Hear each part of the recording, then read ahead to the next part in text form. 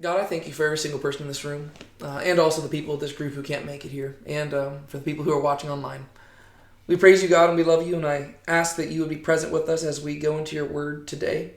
I pray that you'll give us wisdom and understanding, that we would understand your word rightly, that we won't read things into the text that aren't meant to be there, and that we will understand the text as you intended for it to be understood. May your Spirit be present with us, guiding us in understanding, God. And may we not only have understanding, but may that understanding produce hearts of discernment and wisdom and love inside of us, God, so that we'll be better shaped like you and better equipped to go out and live like you out in the world. We love you, God, and we praise you. It's in your name we pray. Amen. Before I address y'all in this room, I do need to address the people who are watching right now, and I want to say welcome to the new YouTube channel, because this video is going to actually be the first video that I'm posting on the new YouTube channel, which is just kind of my attempt to kind of split things off and put my Bible study stuff on one channel and the other stuff on another channel. So, welcome to the new YouTube channel, and I hope you like it. That being said, today we are in 1 Kings chapter 12, and I kind of planned this out for this to be the first video because 1 Kings chapters 1 through 11 are kind of one section in 1 Kings, and so if you're going to hop in to 1 Kings at some point, chapter 12 is probably the place to do it. Because chapters 1 through 11 are still dealing with what we would call the united monarchy of Israel. And then chapters 12 through the end of 2 Kings is dealing with what we would call the divided monarchy. Right? And so this really was a kind of split here. And so starting today, whenever I have divided my YouTube channel, I didn't even plan that out, look at that. When I have divided my YouTube channel into two, we are also talking about the division of the kingdom. That's just funny. That just worked out. I liked it. Just came up with that as we went. Boom. Okay, that being said, I do want to spend a little bit longer on context today, but I won't ask y'all to do it. I will just ask y'all to bear with me as I summarize some context for us, and then I'm going to actually read a passage of Scripture because there's going to be some context that is going to be immediately important for us as we go into chapter 12. Where we're at, just honestly, maybe let me just start in Genesis real quick, and I'll go very briefly through it. Right? There's this great big God who created the heavens and the earth. And the story of the Bible is God's commitment to dwelling with man again. The word again implies that he dwelt with them at one point, and that's what we read about at the beginning of the story of the Bible. Right? Whenever you go back to the early chapters of Genesis, what you see is that whenever God created the earth, he created man in his image, and he placed man inside of a garden called Eden, which just means paradise. And he dwelt with man in that garden, and everything was perfect. However, man decided to rebel against God and do something that God had told him not to do.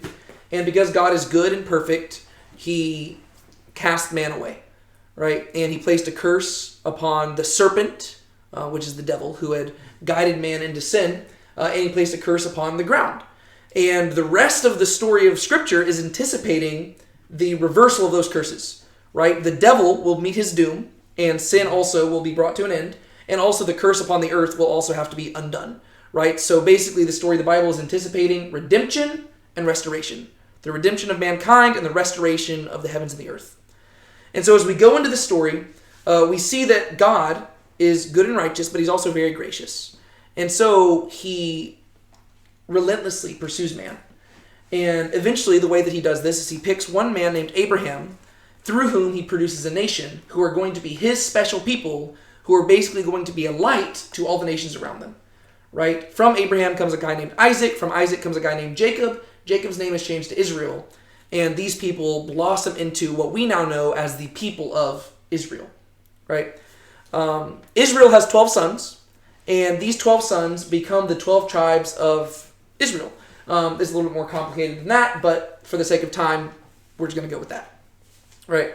The people of Israel end up becoming slaves in a land called Egypt. Maybe you've heard of that land. It still exists to this day, but not nearly as amazing as it once was. They become slaves in Egypt, but God sends a man named Moses to deliver them out of slavery and to bring them through the wilderness to a mountain where God gives them a law. And by this law, he identifies them as his people, and he gives them commandments which they are called to follow in order to be holy as he is holy and set themselves apart from the rest of the world. Right? And so by Israel following this law, they are going to be an example to the rest of the world of God's holiness. And God basically makes an agreement with Israel that if they obey the law, things are going to go really well with them. And if they disobey the law, things are going to go really poorly for them. So that if they're obeying, the rest of the nations will look to Israel and say, wow, apparently God, Yahweh, he is the God of all creation because he's blessing them. And if they disobey, all the nations will look and say, wow, Yahweh is the God of all creation because the moment they started disobeying him, he's the one who sent foreign nations to attack them. Right? And so either way, God gets the glory. And so eventually the people of Israel do make it into the promised land, and they start off saying that they are going to worship God, but very quickly they turn away. This is just a common thing throughout the Bible where people say that they're going to do one thing and then they don't. Usually they say they're going to be faithful and then they're not. And so they go into Israel and they're not faithful. And this enters us into the time period known as the Judges, which is basically when there was no king in Israel and everybody was doing what was right in their own eyes. Right? They're just doing whatever goes in their own eyes, and it gets really, really bad. They're not obeying the law. Keep in mind, God was supposed to be their king.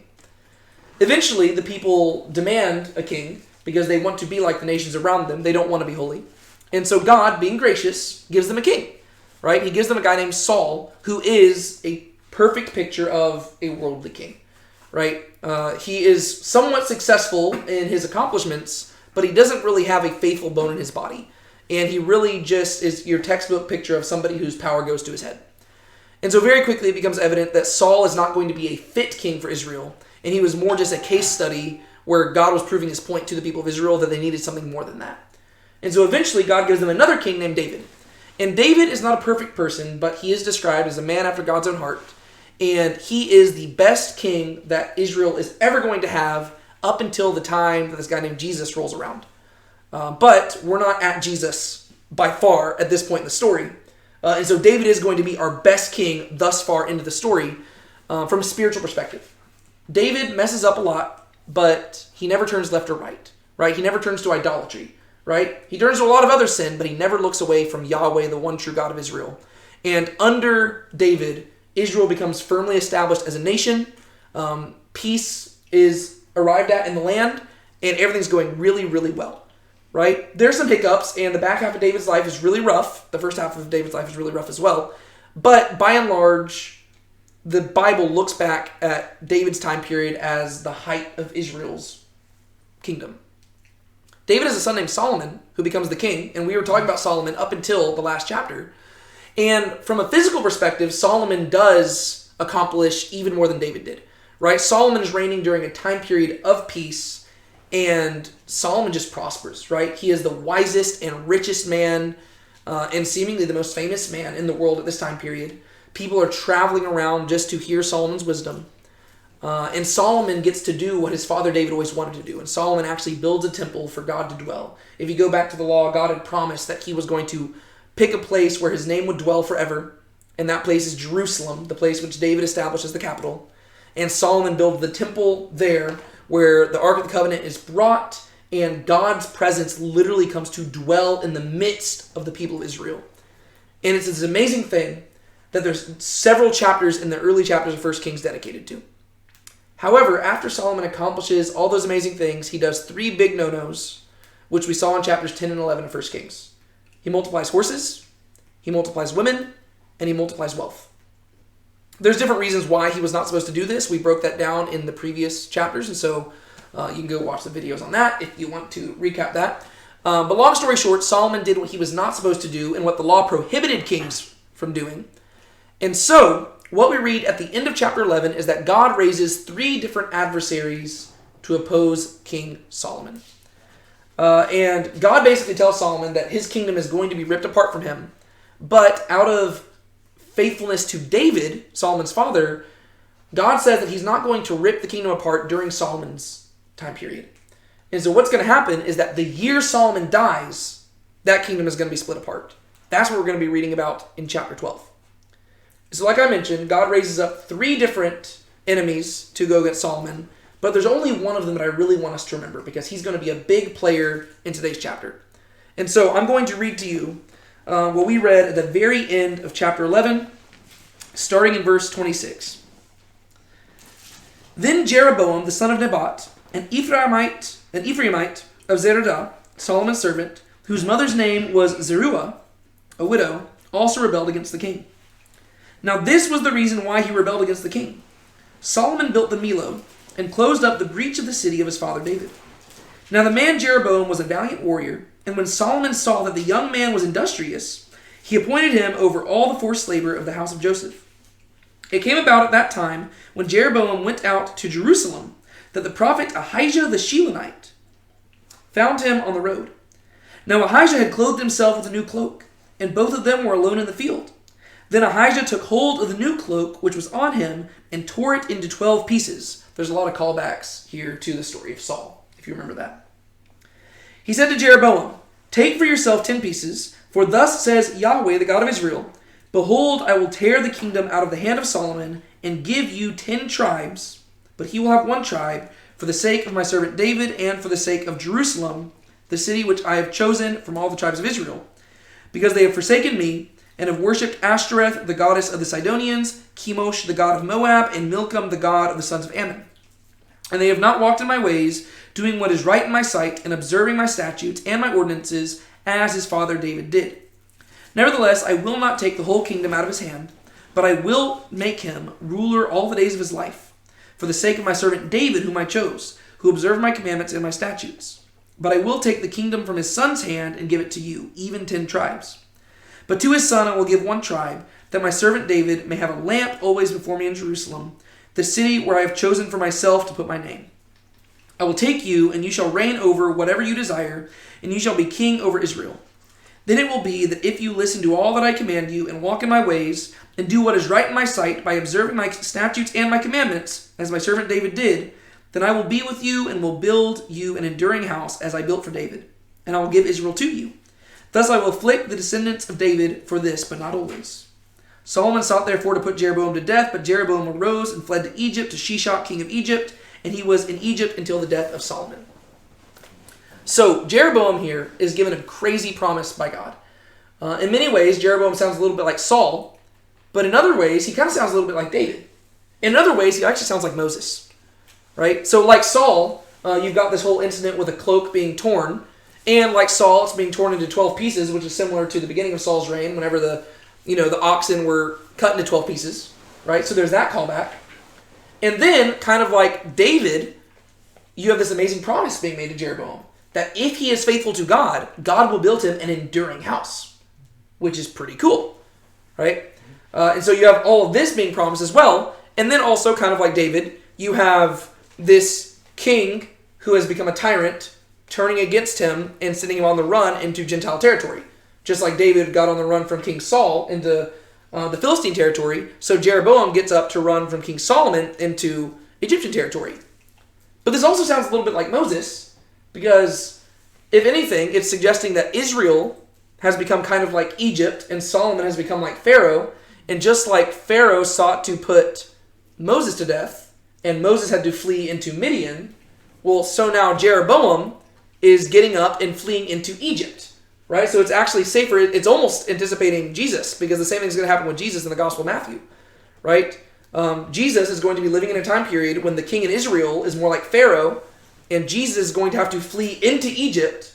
And Matthew's actually going to quote the prophet Hosea, who's going to say that actually fulfills the whole idea of Israel being taken out of Egypt. So Israel has become the new Egypt, and it's actually safer to go to Egypt, right? Which is pretty crazy. And so Jeroboam here, he's almost kind of set up like this, like if this were like Greek mythology or something, he's set up like the hero of the story, right? He was just this servant guy who now is promised this royal dynasty, who once again sounds a lot like David, but he feels like this mythic figure. He feels like somebody you would have encountered back in Genesis or something like that. He just has this epic quality to him. And what we're going to see in chapter 12 is we're going to see how this whole story plays out here. And so what we read at the very end of chapter 11 there is that Solomon dies, which is going to set up the things that we go into here. And as we go into chapter 12, I don't want you to forget that imagery of Saul and David and Moses that we see throughout here. I feel like there was one other thing that I wanted to highlight here. The one other thing is that God makes it very clear to Jeroboam that he's not going to receive all the land of Israel. Right? He says, I'm going to give you 10 tribes, and I'm going to give one to David's dynasty, right? Because God did make a promise to David, and he's going to be faithful to that promise, right? So this is not God rejecting David's dynasty in the same way that he rejected Saul's, right? Remember whenever Saul tore Samuel's cloak back in 1 Samuel chapter 15, and Samuel said, in the same way God has torn the kingdom from you? That's not the same thing that's happening here, right? God has made an eternal promise to David that David will always reign over Israel, right? From the very beginning, this is made clear that it is a temporary thing. Even though it does seem to be promised to Jeroboam that if he's faithful, this could become a permanent thing. And that we could actually have two kings reigning over Israel. One from the tribe of Judah and one from the tribe of Ephraim, which is descended from Joseph. Right? Whereas there's this whole other theology that could go behind that. But he says, I'm going to give you 10 tribes, and 2 tribes are going to remain with David. But you'll notice that he keeps saying 1 tribe with David. And there's different ways you can reconcile this, because in the end, we're going to see that Judah and Benjamin are going to go with David. Right? Probably the most natural way to read this is that the underlying assumption is that Judah will go with David no matter what. And he's saying that I'm going to give 1 to David in addition to Judah. Right? And you'll notice that every time he says I'm going to give 1 to David, it emphasizes Jerusalem. And he says, because I want there to be a light for David in Jerusalem. Well, Jerusalem is in the territory of Benjamin. Right? And so he's saying Judah's going to go with David, and then I'm going to give him 1 in addition to that, which would be the tribe of Benjamin. Right? That's probably the most natural way to read it. There's other ways to kind of reconcile that too. But I just wanted to highlight that so you're not confused whenever you're wondering, where's the last tribe at? Because 10 plus 1 only adds to 11. There are still 12 tribes being dealt with here. All right. Like I said, that was a little bit more in-depth into context here, but I figured it was probably a little bit more worthwhile because the context is really going to come into play into the story we're reading here. Sound good? All right. Let's actually go into 1 Kings chapter 12.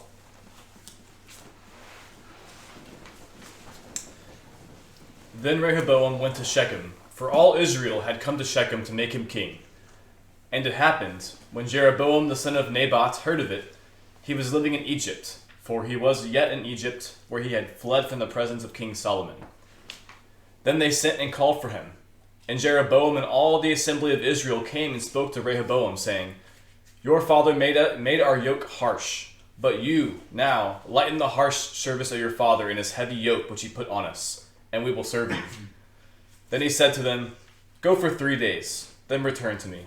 So the people went away. All right. Sounds good. What do we have happening here? Rehoboam is going to be becoming king soon? Yeah, this would be the anointing ceremony of King Rehoboam. I didn't read these verses at the very end of chapter 11, but when you read about the death of King Solomon, you read that Rehoboam reigned in his place. It says, Now the rest of the acts of Solomon and whatever he did, and his wisdom, are they not written in the book of the acts of Solomon? Thus the time that Solomon reigned in Jerusalem over all Israel was 40 years, and Solomon slept with his fathers and was buried in the city of his father David, and his son Rehoboam reigned in his place. Right, so that's how chapter 11 ended. And now we're immediately jumping in, right? So this is the same exact year. Solomon dies, and now Rehoboam is going to Shechem to get anointed as king. Let's talk about the city of Shechem real quick. Is there anything significant about Shechem at all? Like, why do you think that he would go there?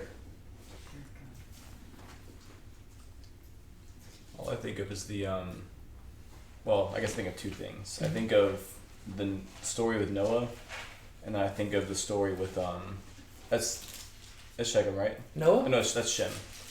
Oh, Shem. Yes. And then I think of the story in Genesis with Levi and... yes. Yeah. Yeah, so Shechem becomes prominent very early on in the Bible. I'll just list out a few different things, right? So the story you're thinking about is going to be the second time Shechem really shows up. The first time is actually Genesis chapter 12, right? So Genesis chapter 12 is whenever God first picks Abram, right? And he says, Abram, get up and go to the land that I'm going to show you. I'm going to make you a great nation, and I'll do all this stuff for you. And it says, this is Genesis 12, verse 4. So Abram went forth as Yahweh had spoken to him, and Lot went with him. Now Abram was 75 years old when he departed from Haran. Abram took Sarai his wife and Lot his nephew and all their possessions with which he had accumulated, and the persons which they had acquired in Haran, and they set out for the land of Canaan. Thus they came to the land of Canaan. Abram passed through the land as far as the site of Shechem to the oak of Moreh. Now the Canaanite was then in the land. The Lord appeared to Abram and said, to your descendants I will give this land. So he built an altar there to Yahweh, who had appeared to him. Then he proceeded from there to the mountain of the east of Bethel and pitched his tent with Bethel on his west and Ai on the east. And there he built an altar to Yahweh and called upon the name of Yahweh. Abram journeyed on, continuing toward the Negev. All right, so Shechem is actually the very first place that we read that Abram went to in the land of Canaan, and is the very first place where Abram built an altar to Yahweh. So he went to Shechem and built an altar, and then notice the next place he went to Bethel and built an altar. I just want to highlight that so that you just keep the itinerary in mind. He went to Shechem, and then he went to Bethel. The next time you read about Shechem is a few chapters later, whenever you get, it's actually way later, because it's Genesis chapter, is it 34, I want to say? Yes, Genesis chapter 34, right? So Abraham has Isaac, Isaac is Jacob, and Jacob, I mentioned, had 12 sons. In addition to the 12 sons, Jacob also had a daughter named Dinah, right? Well, whenever Jacob was traveling around with his sons, he came to dwell in the land of Shechem. And while they were dwelling in Shechem, Dinah was wandering around, and she was basically getting to know the people in Shechem. And the prince of Shechem laid his eyes on Dinah, and he liked what he saw, and he sexually assaulted her, right? Not a good move.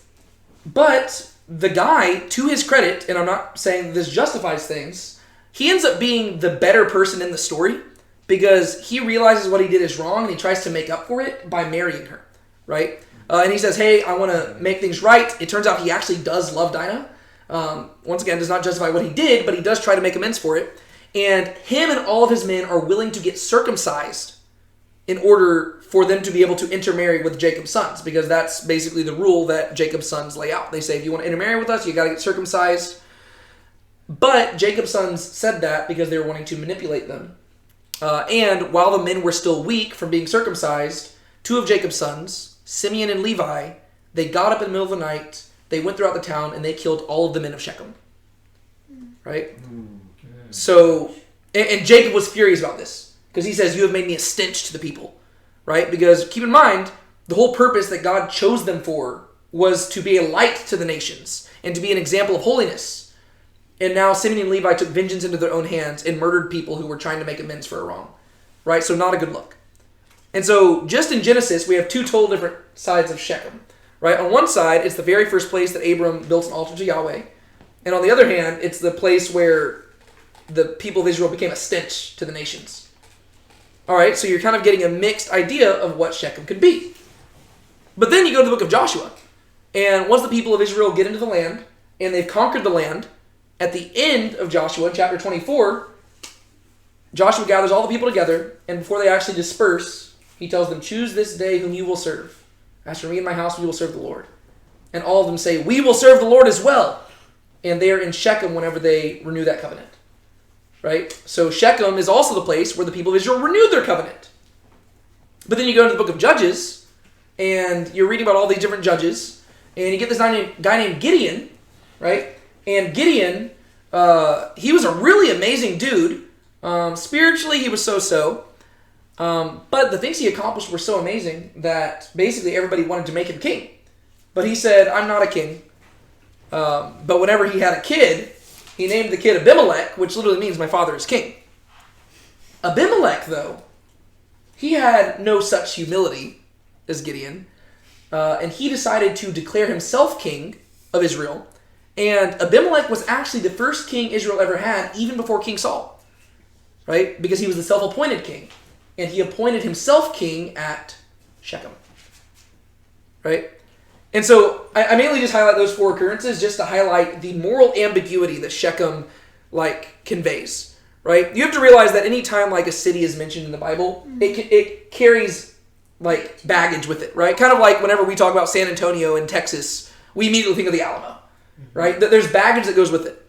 Well, Shechem is morally ambiguous. Right? It's where you've had the highest of highs. Right? Abram built his first altar to Yahweh. Israel renewed their covenant to God. But it's also where they've had the lowest of lows, where Jacob's sons murdered the people of Shechem, and where Abimelech declared himself king. And so really we just have to kind of wait it out and see what's going to happen here, right? Because this could be a really good moment for Rehoboam, or it could be really bad. And it turns out that Jeroboam's also on his way. And so this is like, I mainly just wanted to highlight all that because to me I think it adds some extra excitement to the whole story. Come on in. Hey, what's up? All right, so fortunately for you, I talked for a long time, so we're still on the first verse. So then Rehoboam went to Shechem, for all Israel had come to Shechem to make him king. Right? So Rehoboam, he is on his way up there. He's going to Shechem to be made king. And it's interesting because David did not get anointed here. Saul did not get anointed here. It makes you wonder why he chose this place. The only time that we've ever had somebody associating Shechem with becoming a king was Abimelech, which was not necessarily the best guy, right? His whole thing was that he was declaring himself king, where his father would not declare himself king, and if anything, that talks about a lot of hubris and pride. And so, if Rehoboam is following in Abimelech's footsteps, that might be an ominous foreshadowing of where Rehoboam's story is going to go. So, there's that setup. And it happened. When Jeroboam, son of Nebat, heard of it, he was living in Egypt. For he was yet in Egypt, where he had fled from the presence of King Solomon. All right? So the drama increases. Right? So here you've got Rehoboam, who is going up to Shechem, and he's going to be anointed. And then Jeroboam hears about this. And why is Jeroboam in Egypt again? I know it said that he fled, but what was the context? Solomon, I believe Solomon wanted to kill Jeroboam. Mm-hmm. And why was it that he wanted to kill him? I know I just read this earlier, but I'm trying to get us to rephrase it. He didn't want him to become king. Well, yeah, because basically, once again, it's like a rinse and repeat of the Saul and David story, right? If you remember, Saul basically caught wind of the fact that David was getting really popular with the people, and there were rumors going around that David had been anointed king over Israel. So Saul got really jealous, and he tried to kill David, and David had to go on the run. Same thing with Jeroboam, right? Because Solomon had messed up so much, well, a prophet had shown up to Jeroboam and said, hey, Solomon's really screwed up, and so God's going to make you a king, and he's going to strip most of Solomon's kingdom away from him. Solomon didn't like that. He got mad. He ran Jeroboam off. That's why he's down in Egypt. And now, Jeroboam hears that Solomon has died, and Rehoboam is on the throne, or he's going to be on the throne. So what do you think Jeroboam's thinking? We gotta act fast. Now's my time to act. Because the prophet had told him, I'm not going to do this during Solomon's day. I'm going to do it during his son's day. Well, Jeroboam's thinking, well, today's his son's day. Right? So he's like, all right, let's go crash the party. So we have a coronation ceremony going on, and then somebody kind of intercepting to crash the coronation party. What does that kind of remind you of? Was it Abijah during the reign of King Solomon? Yeah. Solomon was about to become king, but Abijah wanted to be king. Well, no, yeah, exactly. So if you remember, the way that First Kings began was with David being old and in bed, and he couldn't even really move around that much. And he was old and cold, right? He couldn't even move around that much, and one of his sons wanted to take the throne for himself, and so last minute, David had to set up this quick coronation ceremony to have Solomon put on the throne, right? Well, now it's almost like Rehoboam is in the false king's place, and Jeroboam is the Solomon of the story, right? So it's almost like been this whole reversal of it. So Jeroboam, son of Nebat, heard of it. He was living in Egypt, and so he starts going up. Then they sent and called for him. So apparently it wasn't just Jeroboam himself who wanted the throne. Other people wanted Jeroboam. That's like the reversal of David. Yeah. In what ways? Well, because I think after Saul died, like the elders of Judah, I think, came to David, and they ended up anointing him king of just Judah. Yeah, that's exactly what happened. Right? So King Saul died, and what happens? The people of Judah go find David, and they say, hey, let's make you king. Right? So it wasn't David putting himself on the throne, it's the people putting David on the throne. Same thing with Jeroboam here. The people go down and say, hey, Jeroboam, you've been in Egypt for a while now. Solomon's dead. It's time for you to take your throne that God promised you. Right? So it's literally a rinse and repeat version of the story. So this time it's not Judah, it's the other. Yeah, now it's Israel. Yeah, like the northern tribes, yeah. So they called for him. And Jeroboam and all the assembly of Israel came and spoke to Rehoboam. And notice that the first thing they suggest here, they don't immediately suggest mutiny and they don't immediately suggest a coup. They try to barter with him, right? They try to negotiate. They go up, and really Jeroboam, he's functioning as a king, but really more just as a leader of a group, right? So he is leading them as a king should, but he's really just being the vocal person, trying to really stick it to the man. And this is what he said. Your father made our yoke harsh, but you now lighten the harsh service of your father and his heavy yoke which he put on us, and we will serve you. What does the word yoke mean? Whenever we use the word yoke nowadays, we usually are just thinking like egg yolks. Yeah. That's not what this is referring to. Spelled differently as well. What is a yoke?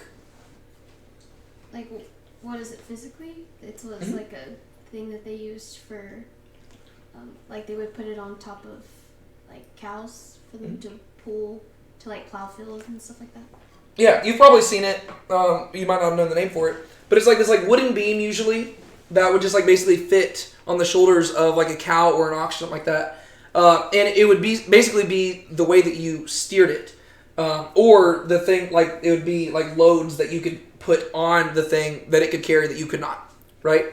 And so a yoke is basically just a metaphor for servitude, right, or slavery, right? Because obviously an ox, you're treating it like a slave. Right? It is carrying your loads for you. Right? Think about Jesus. Whenever he says, my yoke is easy and my burden is light. In many ways, he's saying, I'm not Solomon. I'm not Rehoboam, as we will see. Right? Because whenever Jesus is saying that he has a yoke, that's Matthew chapter 11, he's saying, yes, I do demand things of people who follow me. But my yoke is easy. Right? As long as your eyes are on me, it's not going to be like a harsh thing. Like the Pharisees, their yoke was very heavy. Right? Because in order to even rest on the Sabbath day, you had like a billion different rules to follow. Right? For Jesus, he says, literally just rest. He's like, just like, I want you to rest. You don't have to like keep track of all these different things. Their yoke was heavy. His yoke is light. Right? He actually comes to relieve you. Right? Well, what they're complaining about here is that Solomon's yoke was very harsh. Right? He treated them like slaves. And we kind of talked about this, especially at the end of Solomon's reign. It's one thing whenever Solomon was, employing all these people to go about building the temple of God and all that stuff, right? Even though then it was primarily Gentiles that he was hiring to go do that. But in the latter parts of Solomon's reign, once he became a little more self-focused, we saw that he had all these huge building projects and he was storing up all this money, which means that you can guarantee he was taxing people like crazy. He was probably having them undergo forced labor and stuff like that. They're not fans of it, right? And so Solomon, he saw Israel to the height of its prosperity, but it came at a great cost because now the people were left with a bad taste in their mouth. It's like Saul. Yeah, a lot like Saul, right?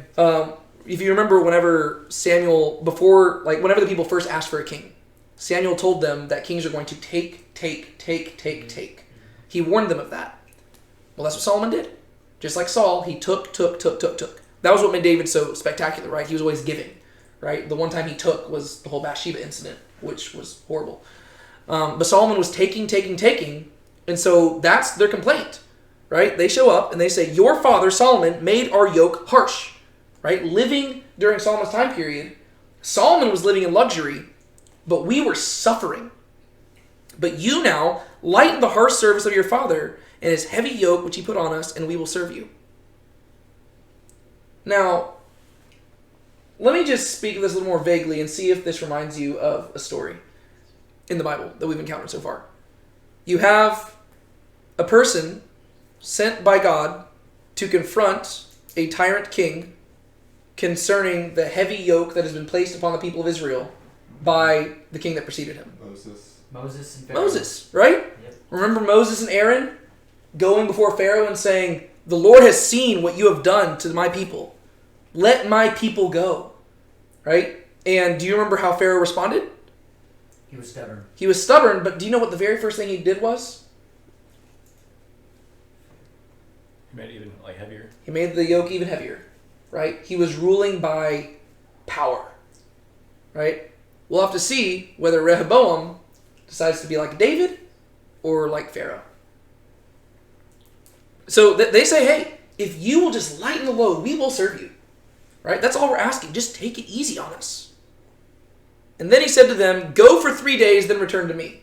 It's actually very similar to Pharaoh. Remember when they were asking for to have a feast in the wilderness for 3 days? Go and have the feast and then return. And then Moses said, no. We're not compromising here. Give me what I asked for. It's all or nothing, basically. So he says, go for 3 days, then return to me. So the people went away. Right? So he says, give me a few days to think. Right? Let me talk to my advisors. We'll figure out what we can do. All right? Verses 6 through 11.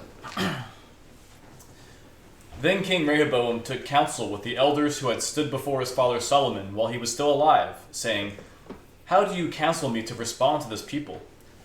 And they spoke to him, saying, if you will be a servant to this people today, and will serve them and grant them their petition, and speak good words to them, then they will be your servants forever. But he forsook the counsel of the elders which they had counseled him, and took counsel with the young men who grew up with him, and stood before him. So he said to them, what counsel do you give me, that we may respond to this people who have spoken to me, saying, lighten the yoke which your father put on us? Then the young men who grew up with him spoke to him, saying, thus you shall say to the people who spoke to you, saying, your father made our yoke heavy, now you make it lighter for us. Then you shall speak to them, my little finger is thicker than my father's loins. So now my father loaded you with a heavy yoke, but I will add to your yoke. My father disciplined you with whips, but I will discipline you with scorpions. Perfect. Two very different pieces of advice. Yes. I probably should have given you all heads up before we got into this chapter. If you're uncomfortable with crass language, 1st and 2nd Kings might not be the books for you. Because in this chapter we're going to begin to see it, but it's going to get a little bit stronger as the chapters progress. I know nowadays, especially Christians get especially squeamish around what we call harsher language. The Bible is filled with really harsh language, though.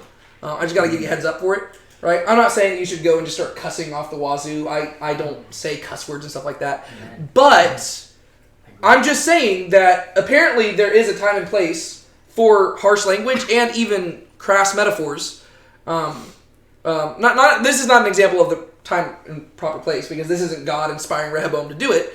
But there are places where God himself does use very similar language to what Rehoboam is saying here, right? And I just want to highlight that apparently there is a time and place for that. Later on in this, in a few chapters, we're going to see this language employed in even stronger terms, right?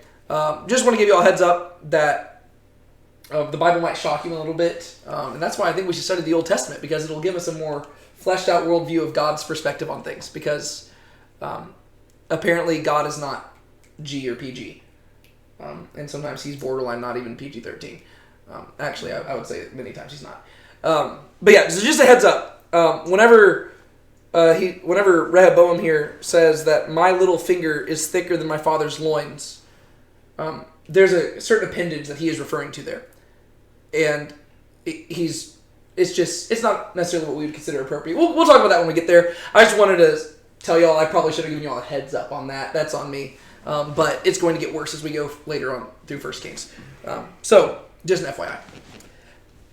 Let's walk through it. Here we have two different pieces of advice given, and as was already pointed out, two very different pieces of advice.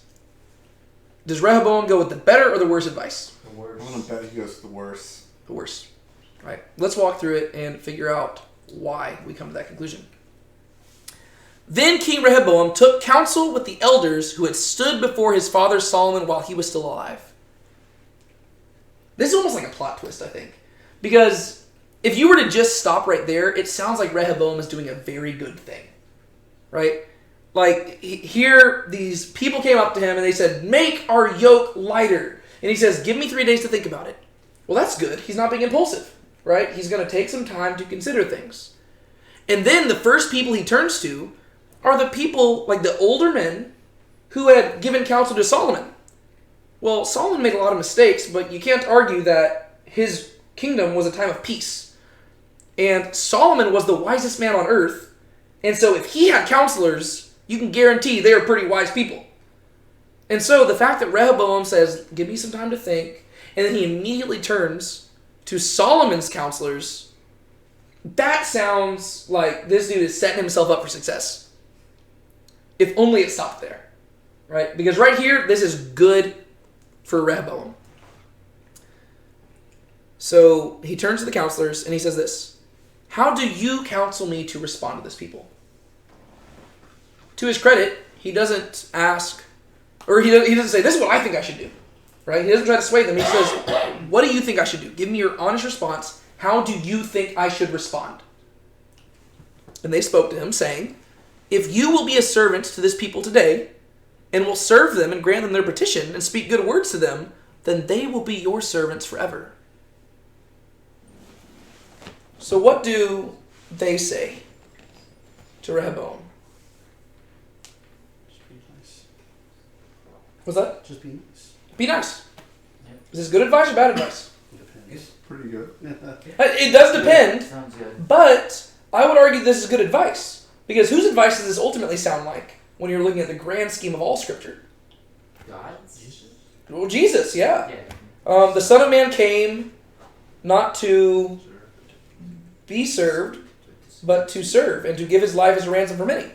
Right? According to Jesus, the way that God desires for his people to lead is by service. Right? And so Jesus says, I'm the Son of Man, but I didn't come to be served, I came to serve. And when you get to John chapter 13, whenever all the disciples are disputing about, who's the greatest of them, what does Jesus get up and do? He strips down, he gets a bowl of water, and he washes their feet. And he says, do you recognize what I've done for you today? Right? Here y'all are disputing about who's the greatest amongst you, and you need to realize that the greatest amongst you will be the least. If I, your master and Lord, are willing to wash your feet, you should wash one another's feet. Because you're not greater than your master.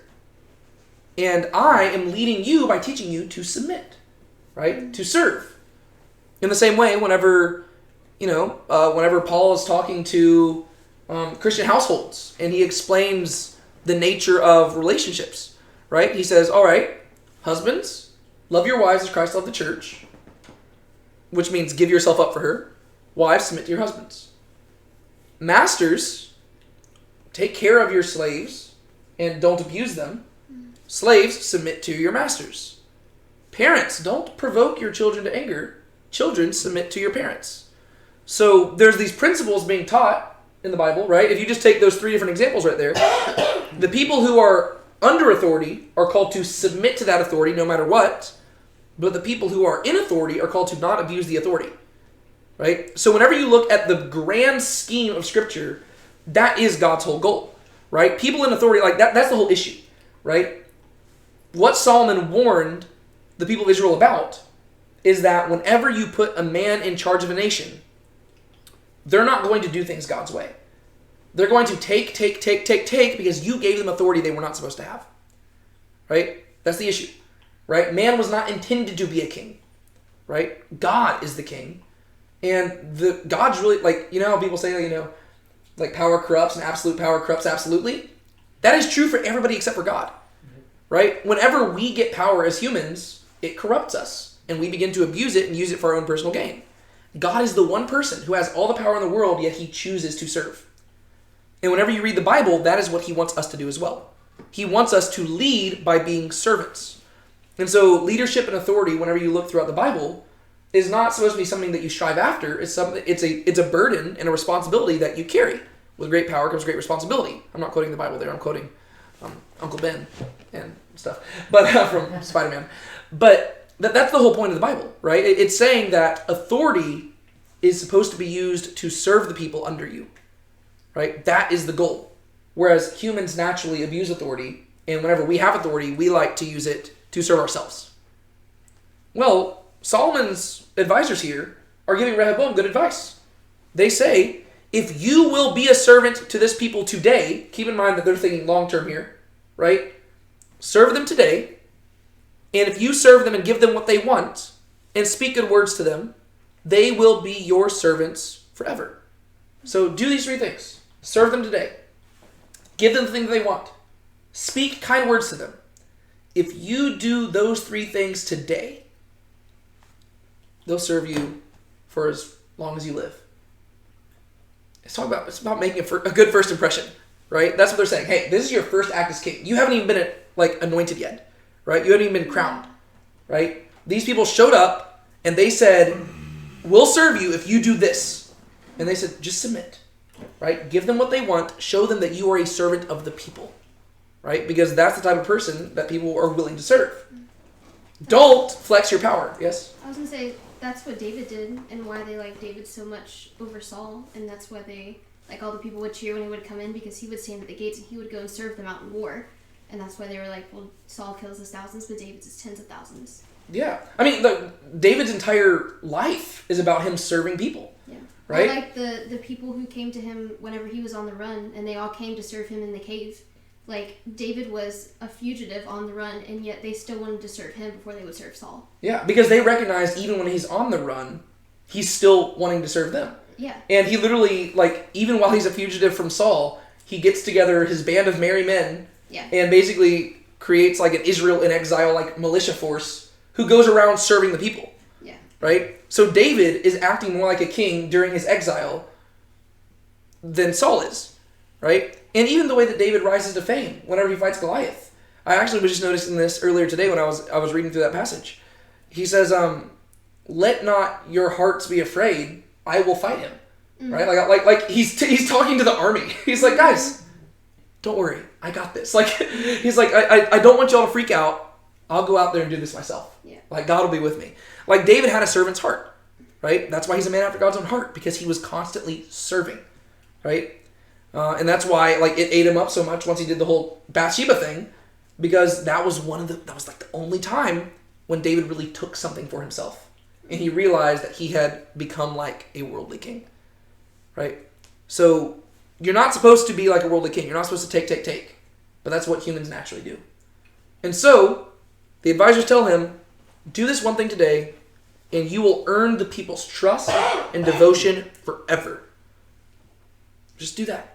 And it's good logic, right? Just rule, like lead through being kind and loving and serving. If the people see that you're willing to do this for them, then they will be devoted to you. But he forsook the counsel of the elders, which they had counseled him, and he took counsel with the young men who grew up with him and stood before him. Young men.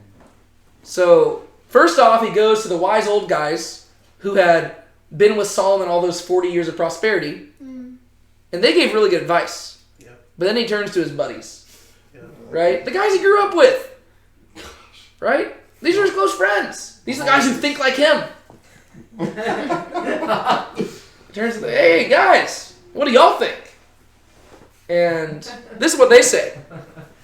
So he said to them, what counsel do you give that we may respond to this people who have spoken to me, saying, lighten the yoke which your father put on us? So it seems like even before he asked them their advice, he already chose to not follow the other guy's advice. Yeah. It's not like he heard both of them out. He heard theirs and he was like, yeah, I'm not doing that, because that sounds horrible, right? It's even worse than Absalom. Yeah. Yes. Because Absalom actually did care for the people a little bit. Did you have something particular in mind, though? I'm thinking of the story that Ahithophel and Hushai. Oh, that's true. Yeah, because Absalom was at least actually hearing both sides out. Whereas this guy, no. It says he forsook it, and then he says, all right, what do y'all think I should do? Right? Those old guys don't know diddly squat. Y'all guys, y'all know me. What do y'all think I should do here? This is not good king practice. This is the Simba mentality, right? I just can't wait to be king, right? He wanted to be king. He's got the crown on his head, and he says, all right, I've got all the power in the world. How do I flex it? Right? And these other guys are telling him, hey, be a wise leader who serves the people and earns their devotion. And he says, that sounds boring. Hey guys, what do y'all think I should do? Then the young men who grew up with him. I love that it keeps emphasizing that. Who grew up with him. Right? There's this personal bias. Right? Like, do you see how this wouldn't be helpful? Right? This is what we call an echo chamber. Right? You're literally turning to people who have the same thought process as you and asking them for advice. What can they tell you that you don't already know? Y'all grew up with one another, right? The way that you think is the way that they think, right? Those other guys, the old people you don't want to listen to, they were advisors to the wisest man in the world who actually kept people at peace despite the fact that they were apparently angry at him. That's pretty impressive. So maybe listen to them. But that's not what he does. Instead, he's like, hey guys, y'all grew up with me. What do you think I should do? He already knows what they're going to say. They're friends, right? If I were to ask Sean for advice on something, I'd probably already know what he'd say because I've been friends with Sean my entire life, right? That's just how it works, right? So he's like, hey, what do you think I should do?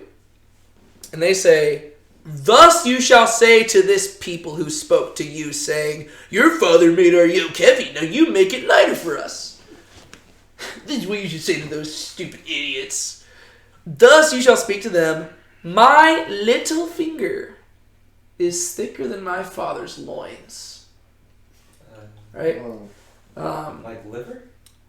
No, just to be blunt here, it's talking about his penis. Right? Yeah, So it's talking about his actual, this is a really good way of insulting your dad. And it's also so immature, right? But this sounds like something that a teenager would say, but keep in mind, Rehoboam is 41 years old, right? Rehoboam is 41 years old, because it tells us that he was 41 when he began to reign, right? This sounds like something I would hear my high schoolers say. I wish that I wouldn't hear them say it because they're at a private Christian school, and I wish that they were, had more sanctified minds than that. But Rehoboam was the son of Solomon and the grandson of David. So what can you do? But yeah, so he says, "Oh, you think Dad was bad? See this little pinky right here? It's bigger than my dad's loins. Yeah, you don't know who you're messing with." He's literally flexing, right? He's saying, "Oh yeah, you think Dad was a big deal? You ain't heard nothing yet."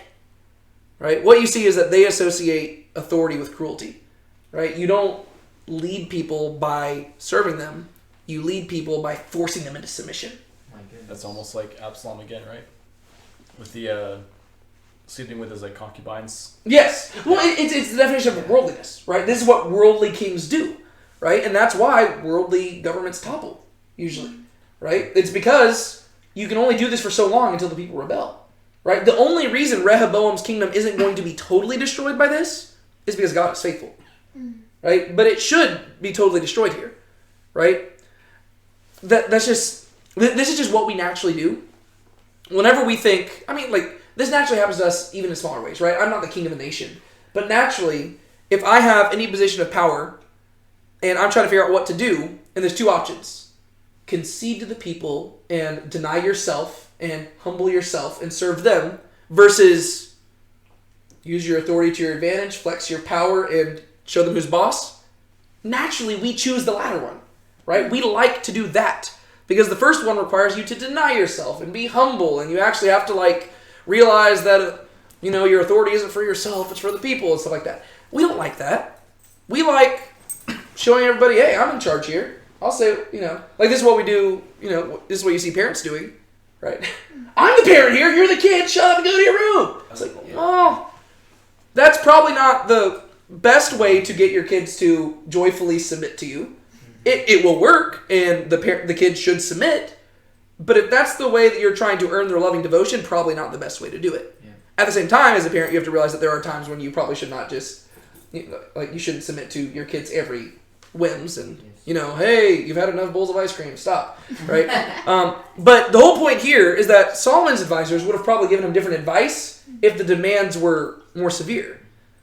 But the people are simply saying, we just don't want as heavy of a workload. And Solomon's advisors are probably thinking, good. They probably, you don't even need to give them a hard workload anyway. Solomon already made the kingdom as prosperous as it can get. If you just do nothing, they're going to get what they want. And Rehoboam's like, no, I need to show them who's boss. I'm going to make their work harder. So who does he sound like? Saul?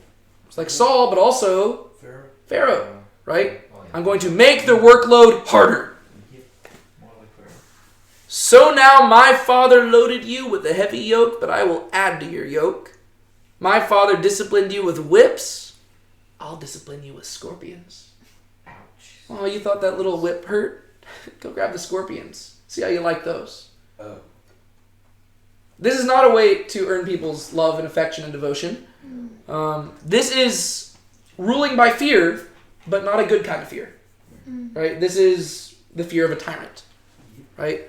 Which, once again, will only get you so far. Right? I mean, yeah, people, it'll work, right? Until it doesn't. And it only works if you can actually back it up. Right? Rehoboam can't back this up. Right? There's some people who could. Saul actually probably could back this up more than Rehoboam because Saul was actually competent. Rehoboam, like, this is his first day on the job. Right? This is not a first day on the job type of thing you do here. Right? You have to, like, at least build up some credibility before you attempt something like this. He's just doing this because all of his friends are like, dude, how cool would it be if you just, like, put them in their place? Like, they're asking this, like, you tell them you're not king, I'm king. You show them who's boss, Rehoboam. It's Dude, like, you know what this sounds like? Advice I'd get from my drinking buddies. yeah. So probably don't ask them for advice. Don't ask so- that for advice. No. There we have that. Could you read that for us, and then do you have to go? I'm just waiting for it to text me. Okay, cool. All right, could you read verses 12 through 15 for us? Yeah. So Jeroboam and all the people came to Rehoboam on the third day, as the king had spoken, saying, "Return to me on the third day." And the king answered the people harshly, and he forsook the counsel of the elders which they had given him. And he spoke to them according to the counsel of the young men, saying, "My father made your yoke heavy, but I will add to your yoke. My father disciplined you with whips, but I will discipline you with scorpions." So the king did not listen to the people, for it was a turn of events from Yahweh, that he might establish his word, which Yahweh spoke through Ahijah the Shilonite to Jeroboam the son of Nebat. All right. So verses 12 through 14 there really don't give us new information, does it? Basically, the previous verses said, hey, this is what you should do. And then verses 12 through 14 basically say, so he did it. So why do you think it wastes the time restating all of it? Because there's been other times where it's like, okay, and he went and did as he had said. Right? Why does it take the time? Like, why does the author take the time to restate every detail? Maybe it's just like trying to get you to understand the gravity of the situation. Yeah, 100%. As we're going to see, verse 15 is going to be a world-shaping thing. Right? It's going to change the trajectory of history. Right? And so I think it takes time to repeat this because the author, like you were saying, he wants you to understand the gravity of this. Right? Whenever it was just the young guys just joking, be like, hey, this is what you should do, that's one thing. But then he does it. Right? And you're hoping that maybe after 3 days he'll think it through and maybe he'll choose to go with Solomon's advisors. But he doesn't. Right? He has 3 days to think about it. And during those whole 3 days, he demonstrates that he doesn't have a lick of wisdom. Right? He's like, yeah. After 3 days, he still thinks this is a good idea. Which tells you that he's just been consumed with pride. Right? I mean, you would think that after 3 days of thinking, he'd be like, maybe their advice was better. But he doesn't do that. After 3 days, he still thinks that he should go through with this plan. And so Jeroboam and all the people came to Rehoboam on the third day, as the king had spoken, saying, return to me on the third day. So Jeroboam and them, they're going according to the rules. Right? Just like Moses and Aaron come before Pharaoh once again, so Jeroboam goes before Rehoboam again to see whether or not the people will be let go. And the king answered the people harshly, and he forsook the counsel of the elders which they had given him, and he spoke to them according to the counsel of the young men, saying, my father made your yoke heavy, but I will add to your yoke. My father disciplined you with whips, but I will discipline you with scorpions. I don't know if he mentioned the finger and loins thing. I imagine that language might be a little bit too profane for an official declaration. That was probably just a bunch of I think that probably phrase was included just to show the immaturity of the friends, right? That to them it was more a joking matter, right? They're just making crude jokes about this. But now he stands before them and says, all right, I've thought about it, and you can go suck it. Right? That's kind of what he says, right? He's like, I thought about it and I'm not giving you anything. In fact, I'm going to make it worse. Right? Just like Pharaoh saying, not only do they have to make bricks, but they have to gather their own materials. Mm-hmm. And I'm going to double the amount of bricks they need to make. I'm going to make it even harsher on them. Well, whenever you read the story of Moses before Pharaoh, How did that end up turning out for Pharaoh? Not good at all. Not good, No bueno. right? Because Yahweh afflicted Pharaoh with 10 plagues, and eventually, what did the people of Israel do? They left. They got out of there. They left, right? So Pharaoh, in his attempts to flex his power, actually lost his power. In attempting to enslave them, he actually lost them as servants at all. What do you think is going to happen to Rehoboam here? Same exact thing. Right? And that's why I like what it says. So the king did not listen to the people, for it was a turn of events from Yahweh. Literally a twist. That was twisty. Right? It's a twist in several ways. First off, it's a twist because it shows that God's in control of this whole thing. Right? If you were sitting in the audience during all these events, it's not like you would see Yahweh, like God, like up in heaven, like, you know, with like finger puppets, like, you know, like he's not like maneuvering it like that. And it's not like you see God speaking from the heavens and saying, "Ha, I'm in control of this." If you were in the audience, it would simply look like humans interacting with one another, and it would look like a purely natural occurrence. But the argument of 1st and 2nd Kings is the same as what we saw in 1st and 2nd Samuel, and it's that God is behind all of this stuff, right? And so even though it is two evil people, we're going to see Jeroboam's not really much better than Rehoboam, unfortunately. Even though it's these two evil people interacting with one another, God is behind the scenes working it all together to accomplish his own good purposes, right? And so it's a twist because these guys think they're in charge, right? Rehoboam thinks that he's got all the power in the world. Jeroboam thinks that he has got a bunch of power in the world too, but plot twist, God's the one who actually has the power here, right? So it's a twist in that way, but it's also a twist because it's a total reversal of what Rehoboam sought, right? Rehoboam was seeking to flex his power, but as a result, he only demonstrated how weak he actually was. Jeroboam was actually seeking to submit, but in the end, he ended up getting the kingdom that God had promised him, right? And so it was literally a twist from Yahweh, right? And that's basically, like, that is literally the phrase that the author of this book uses to describe the division of the kingdom. It was a twist from Yahweh, right? So even as the kingdom divides, it's a result of human error and human sin, but it's also a result of the divine, like, machinations of God, right? Which is pretty cool. So the king did not listen to the people, for it was a turn of events from Yahweh. I just also think it's interesting. The king did not listen. It was a turn of events from Yahweh. What does that remind you of in the Exodus story? There's just one phrase that's repeated a whole bunch. It was during the Exodus? Yeah, the king's refusal to listen because of a twist from Yahweh. I think I know what you're going after. To me, this just reminds me of the idea of Pharaoh hardening his heart. Yeah. Where it says Pharaoh hardened his heart, Pharaoh hardened his heart, Pharaoh hardened his heart. Yahweh hardened Pharaoh's heart. Yahweh hardened Pharaoh's heart. Right? Because that's what it is, right? It says Yahweh hardened Pharaoh's heart and he did not listen to the people. Well, in the same way, the king did not listen to the people. For it was a turn of events from Yahweh that he might establish his word, which Yahweh spoke through Ahijah the Shilonite to Jeroboam the son of Nebat. Just as a reminder, what was the word that God had spoken through the prophet? What did he promise?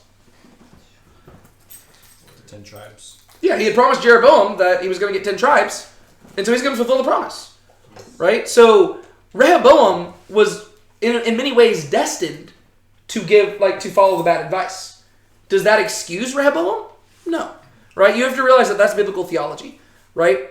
There are things that are prophesied ahead of time, but that doesn't mean that God made the person do it. God just knows they're going to, right? So God knows what Rehoboam was going to do, but he didn't make Rehoboam do it. He just knew that's what was going to happen, and so that's why he could promise that, right? God knows that Judas Iscariot is going to betray Jesus, but that doesn't mean that he made Judas do it, right? And so Judas is still responsible for his actions, but God is still sovereign, right? And so those two things go hand in hand.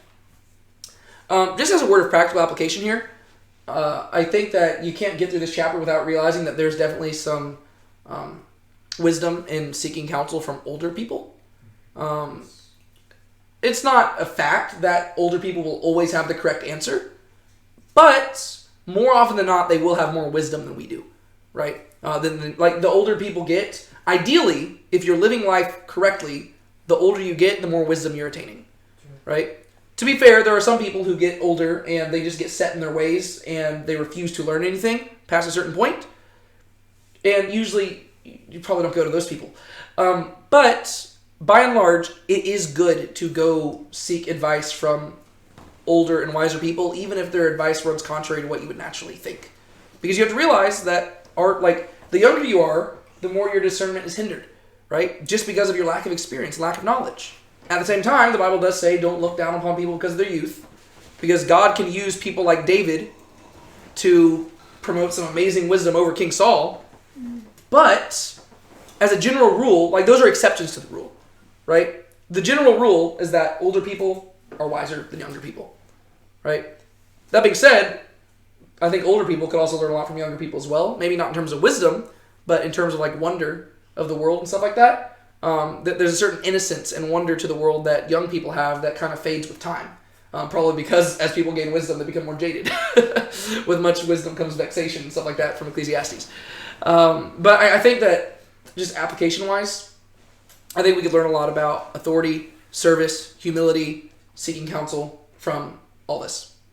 That being said, let's go into verses 16 through 19. Then all Israel saw that the king did not listen to them. So the people responded to the king with this word, saying, "What portion do we have in David? We have no inheritance in the son of Jesse. To your tents, O Israel. Now see to your own house, David." So Israel went to their tents. But as for the sons of Israel, who lived in the cities of Judah, Rehoboam reigned over them. Then King Rehoboam sent Adoram, who was over the forced labor. And all Israel stoned him, and he died. And King Rehoboam made haste to mount his chariot to flee to Jerusalem. So Israel has been in rebellion against the house of David to this day. All right. Well. There we have the division of the kingdom. I like the phrase "to this day." It lets you know when this was being written. It lets you know that apparently this was written during the time period of the divided kingdom. Because they're obviously not at war now, because they don't exist in the same way now. All right.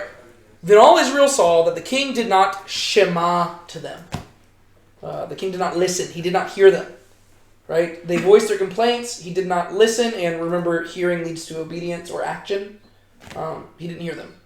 Right? He was stubborn. The king was not there for them. He was simply there to do his own thing.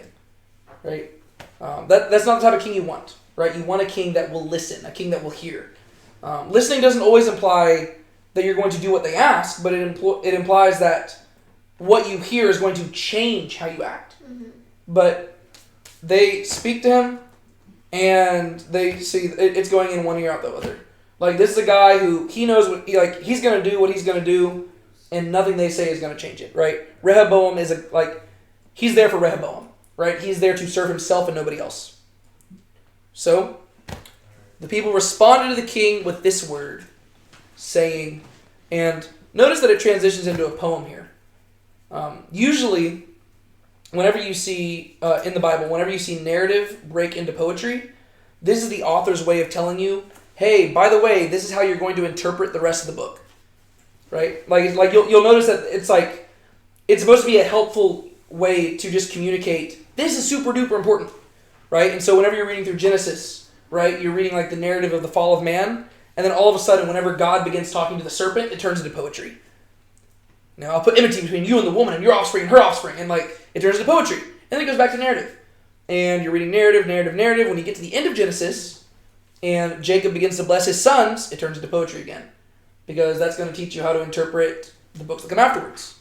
Right? When you're going through Deuteronomy, and you get to the end of Deuteronomy, it turns into poetry, and it begins to predict the rest of the history of Israel and stuff like that. Right? And so whenever it turns into poetry, this is kind of like the author whispering at you, hey, here's a trick to interpreting, basically it's giving you the themes of the book. And so, Rehoboam's not listening to them, and so they're like, all right, well, maybe you'll listen to this. What portion do we have in David? We have no inheritance in the son of Jesse. To your tents, O Israel. Now see to your own house, David. So what do they communicate? They want to be separate from David. They want to be separate from David. Whenever they say David, what do they mean? Do they just mean David himself? Because David's dead, keep in mind. Know what David, what he lived his life for, like his What are they referring to? word, We have no portion in David. his legacy. Not just his legacy. More than that. Judah.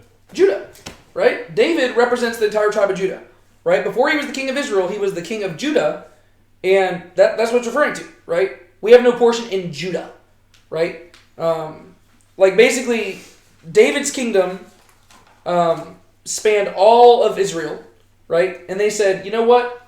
We have no portion in that anymore.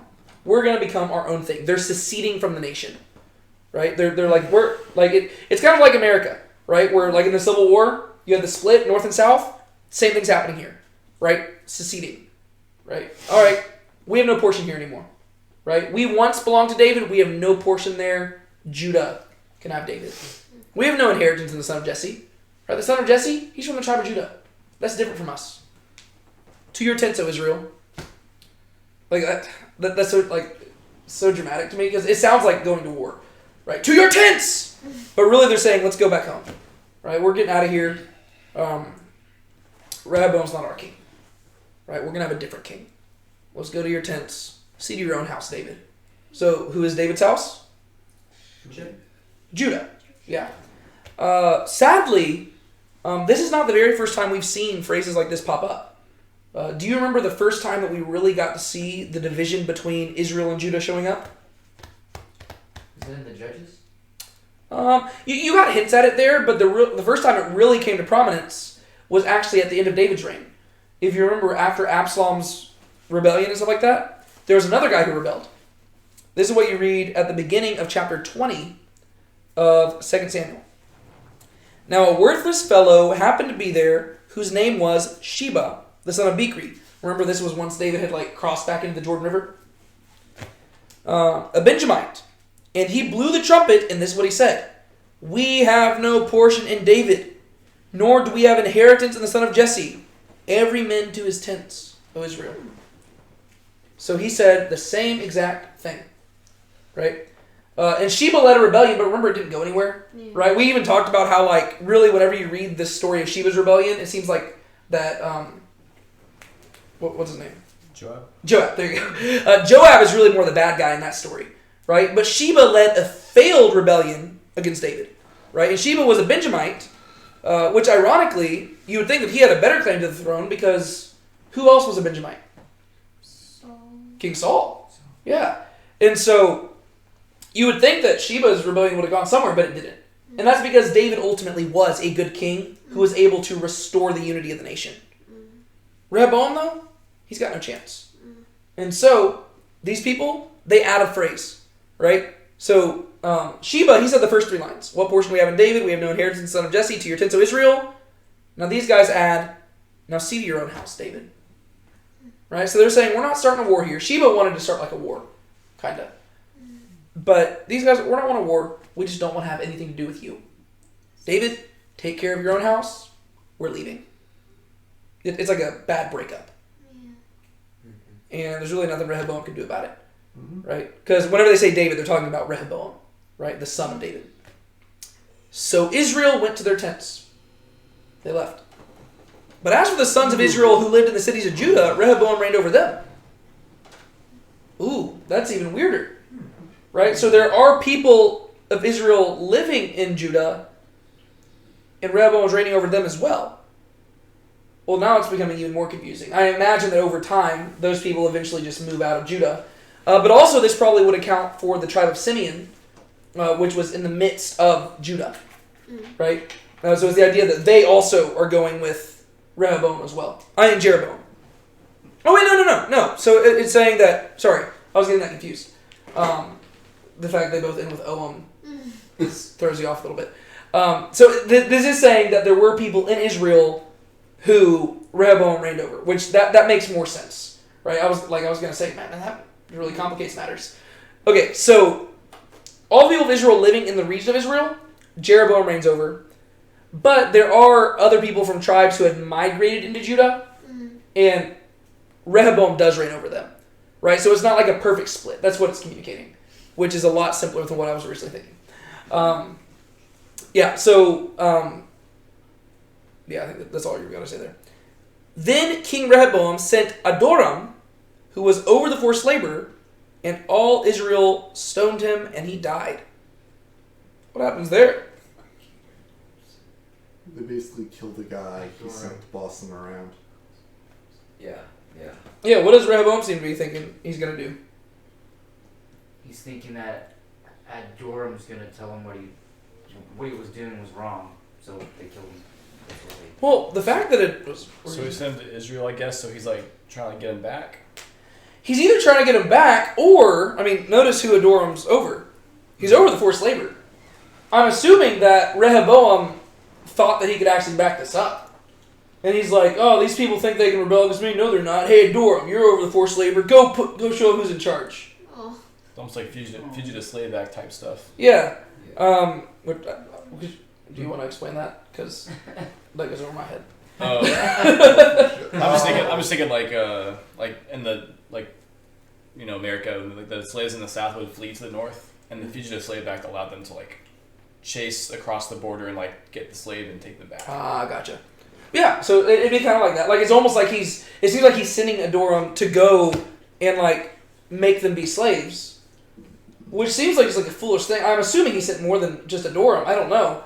It's what's this one guy gonna do? He's gonna be like, hey, here's my badge. I'm in charge of forced labor. You're slaves now. It just shows that Rehoboam's not smart, right? I don't know what his end goal was here, but it seems to me that he's trying to force this to happen. And the people are like, what? No. And so they kill him, right? And they're like, what? You think that you're gonna send this one guy after us and we're just gonna bow our knee to you? No. And so poor Adoram gets killed for this, right? He gets stoned to death. And this is where, basically the people of Israel are showing they're serious, right? We do not serve you, right? You can send as many royal officials as you want. We're not bowing, right? We're done. And King Rehoboam made haste to mount his chariot and flee to Jerusalem. Keep in mind that Shechem is not in the region of Judah. So Rehoboam, where he was getting crowned, was in Israel territory. And now Israel, while he is there getting crowned, has seceded from them. And he's like, oh, crud. And so he realizes that he was in over his head. He gets on his horse and he runs back to Jerusalem. Right? So he goes back to the motherland. So basically he realizes that the kingdom is lost to him. So Israel has been in rebellion against the house of David to this day. Very sad. There is a bit of irony to this phrase, I think. Because do you remember what the word Israel means? Isn't it the name of Jacob? Yes, but do you know what the word means? Wrestling with God. Yeah, to wrestle with God, to strive with God. I think there's a bit of an irony to this, because the house of David, you have to realize, is this is the promised seed from God, right? And so the fact that Israel, the God wrestlers, are in rebellion with the house of David, there's some irony to that, because it's true to their name, right? But once again, I want you to notice what Jeroboam has done here, right? He's like Moses, right? He has gone before Pharaoh and made his demand. Pharaoh would not bend the knee. And so, he took the people. Let my people go, he took them out. Right? And so they are going on their separate direction. And kind of like Pharaoh chasing after the Israelites to try to force them back into submission, Adoram is drowning in the Red Sea. Right? That's kind of metaphorically what we've seen happen here. Right? To where finally Rehoboam has to make his retreat. We're going to have to see whether or not Jeroboam keeps up the Moses motif. Or, basically, we're going to have to see whether Jeroboam ends up being a good guy or not. Let's go to verses 20 through 24. Now it happened, when all Israel heard that Jeroboam had returned, that they sent and called him to the congregation and made him king over all Israel. None but the tribe of Judah followed the house of David. Then Rehoboam came to Jerusalem and assembled all the house of Judah and the tribe of Benjamin, 180,000 chosen men who could wage war, to fight against the house of Israel to return the kingdom to Rehoboam, the son of Solomon. But the word of God came to Shemaiah, the man of God, saying, Speak to Rehoboam, the son of Solomon, king of Judah, and to all the house of Judah and Benjamin, and to the rest of the people, saying, Thus says Yahweh, You shall not go up and fight against your brothers, the sons of Israel. Return every man to his house, for this thing is from me. So they listened to the word of Yahweh, and returned to go their way according to the word of Yahweh. The first wise thing Rehoboam has done. Yeah, after all this, it's like, he's probably like, okay, I should probably listen. So, here we have the king finally enthroned, but it's actually two kings enthroned over two separate nations. My, how the tables have turned from the beginning of the chapter, right? The chapter began with Rehoboam going to be crowned, and now here we are in the middle of the chapter, and now there's two kings over two nations. Only 3 chapters earlier, we saw Solomon giving this amazing prayer over the temple. And only 2 chapters ago, we got to see, the Queen of Sheba traveling to hear Solomon's wisdom. And only the last chapter, we got to see Solomon and all of his gold and all the prosperity. And now here we are, and 2 kings, 2 nations. Yikes. Now it happened when all Israel heard that Jeroboam had returned, that they sent and called him to the congregation and made him king over all Israel. Alright? So it's kind of like Ishbosheth, right? If you remember Saul's son, right? None but the tribe of Judah followed the house of David. Right? So Israel unites around Jeroboam, and where is he crowned at? What's the year they in? Shechem. Right? So now Jeroboam, ironically, is now in the place of Abimelech. Right? But keep in mind the Moses thing. We're going to get back to that in a little bit. Then Rehoboam came to Jerusalem and assembled all the house of Judah and the tribe of Benjamin. I think it's like, this is just an interesting thing to me in 1 Kings, how it references the tribes. Because it kind of plays fast and loose with it a little bit. Because it says, none but the tribe of Judah followed the house of David. But then in the very next sentence it says, Rehoboam came to Jerusalem and assembled the house of Judah and the tribe of Benjamin. So it seems like in the previous verse, it's including Benjamin under the title tribe of Judah. Whereas in the next verse, they're separate. Right? I just think that's interesting. It's like they're 2 tribes of 1 tribe at the same time. It's like that's just how they're being treated. I don't really know what to do with that other than the fact that it seems to go back to what God had said about how he was going to give 1 tribe to David. And so it's almost like Benjamin has literally immersed into Judah. Also, just going back to Genesis, I think this is really cool. If you go back to the story of Genesis, you'll remember that there were 3 brothers who rose to prominence in this story in Genesis, like at the end of the Joseph story. Right? So you got Joseph, you got Judah, and you got Benjamin. Right? Well, Jeroboam is an Ephraimite, so he's descended from Joseph. Right? So the northern kingdom is being written by, it's being ruled by a descendant of Joseph. And the southern kingdom is being ruled by a descendant of Judah. But if you remember, the whole reason why Joseph revealed his identity to his brothers was because Judah offered himself in place of Benjamin. Right? And so it's actually just kind of cool how it all works out. Like it's still Joseph, Judah, and Benjamin. They're still the main players here. Going way back to Genesis and also right here. So Rehoboam came to Jerusalem and assembled all the house of Judah and the tribe of Benjamin, 180,000 chosen men who could wage war, to fight against the house of Israel and to return the kingdom to Rehoboam, the son of Solomon. So Rehoboam goes back, and the fact that he has to flee back there is probably not a very good look for him, right? So he runs back. He's running for his dear life. He's scared. And you would think that he would know not to immediately jump into a war. But that's what he does. And so he's mad, right? He's like, I can't believe they would do this to me. Like, you can imagine the little hissy fit that he's throwing. And he gathers all these men together, 180,000 men, and he says, we're going to go to battle. And he would have done it too if it weren't for that meddling prophet who shows up.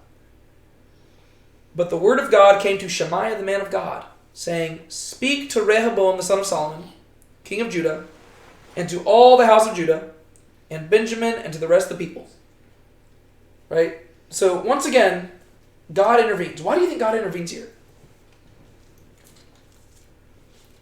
He knows something terrible will happen if he doesn't Yeah, what do you think would have ended up happening if Rehoboam went out to fight? Disaster. Would have killed the Israelites.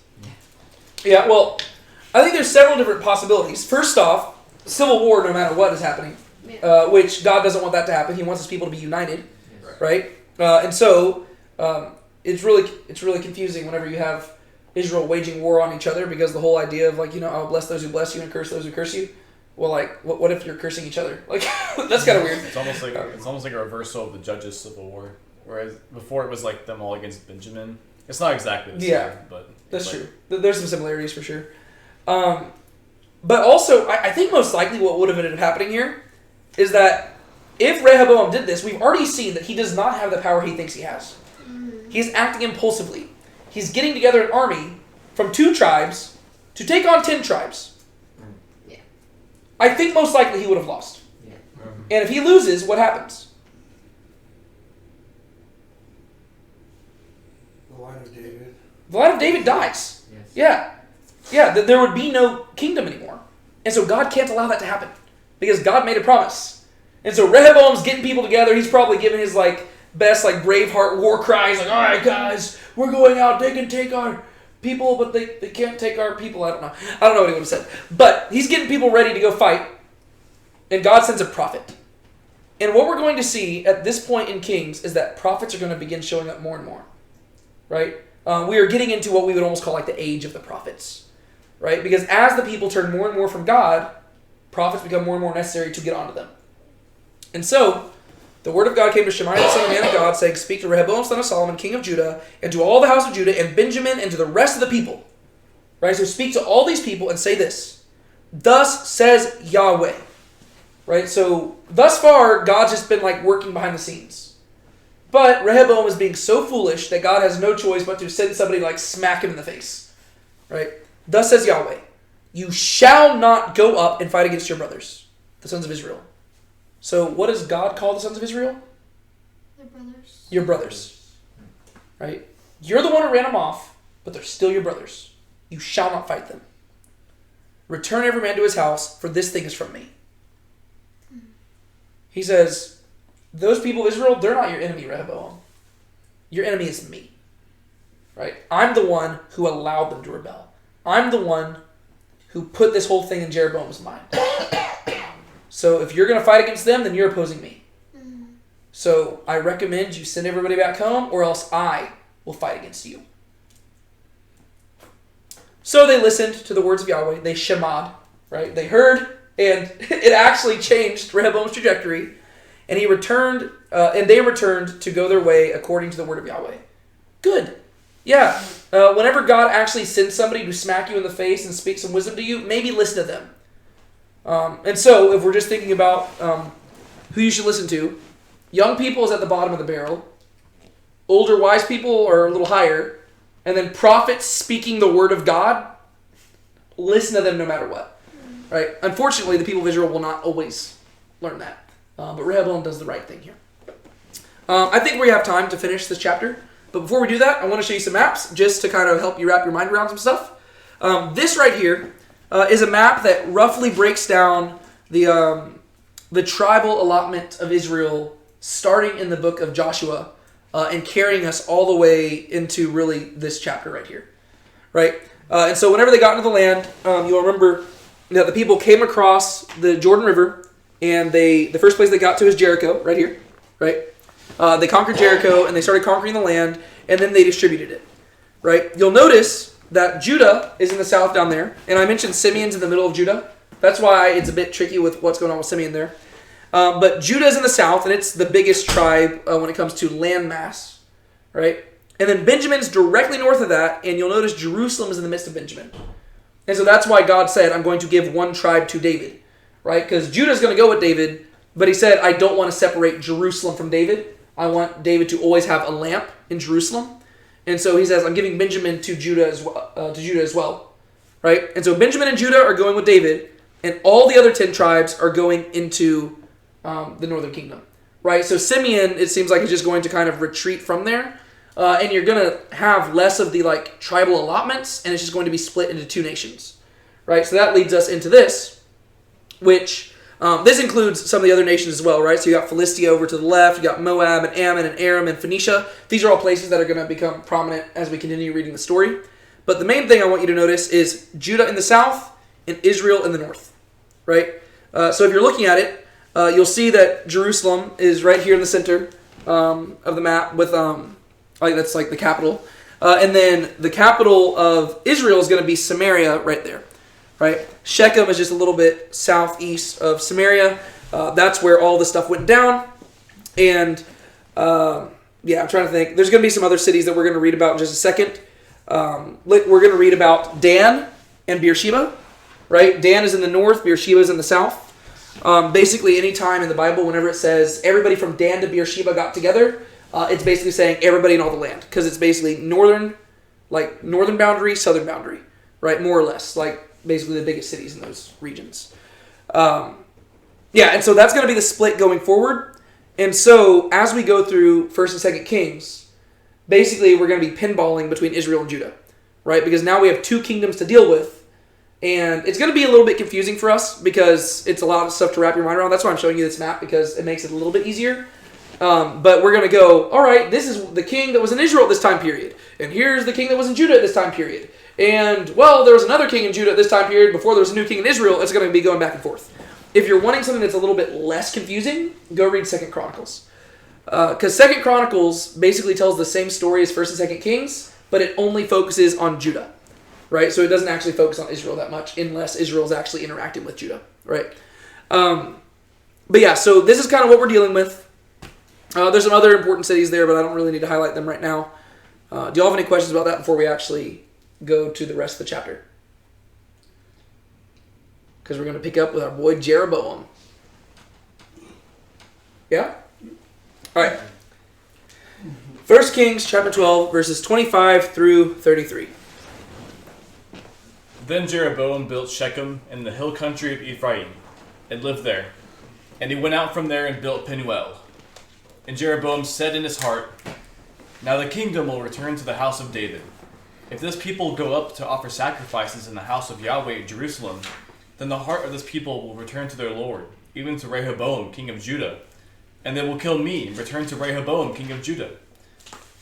So the king took counsel and made 2 golden calves, and he said to them, "It is too much for you to go up to Jerusalem. Behold your gods, O Israel, that brought you up from the land of Egypt."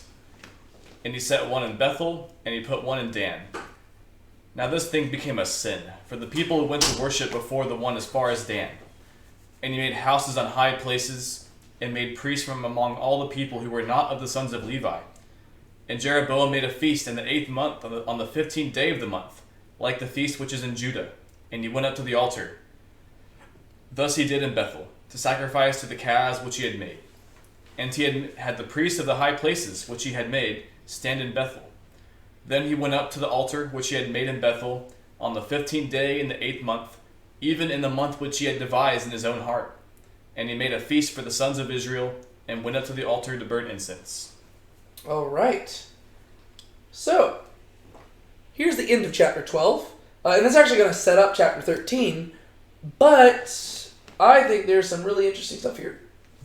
What are some things that y'all notice? There's a few things that we've set up already just from our previous discussion. Golden calves. Golden calves. What does that bring to mind? Exodus 30. I think somewhere in Exodus. Exodus 32? 32, yeah. Exodus, where Moses goes up on the mountain and somebody creates like a golden calf. He asks for all the gold, creates the golden calf. They start to worship that. Then Moses comes down, throws the stone tablets, and then they have like a thing where it's like, if you want to follow the idols, go over here. You want to follow God, go over here. And then like God basically kills everyone that chose the idols. Yeah. Turns out not everyone like Moses is like Moses. Right? So Jeroboam, what we're going to see here is that he had a lot of Moses-like qualities, but the good thing about Moses is that whenever the people created the golden calf, he destroyed it. Right here, Jeroboam's acting more like Aaron, right? Moses' brother, right? Moses' brother is the one who built the calf. And the whole reason Moses destroyed it, because Moses knew that the people weren't supposed to remain in the wilderness forever. They were learning to worship Yahweh, who was going to lead them into the promised land. Unfortunately, Jeroboam, he was able to get the people of Israel out of Egypt but he's going to leave them in the wilderness. Right? And so that's basically what we're seeing with the northern kingdom of Israel, right? They are basically exiled in the wilderness until they're destroyed. Right? And so there is no promised land that they're going to, right? They're living in the promised land. But metaphorically speaking, they have escaped the bondage that they were experiencing under Rehoboam and Solomon. But now they're just going to be out worshiping idols. Right? So that was not God's goal, right? The goal of the Exodus story was to let my people go that they may serve God in the wilderness. Jeroboam's goal was let my people go that they may serve me in the wilderness. Right? And so he was doing whatever it took to get them to serve him. Right? But there's also another parallel that I highlighted at the very beginning of this. I mentioned an itinerary. Do you remember where Abram went after he went to Shechem?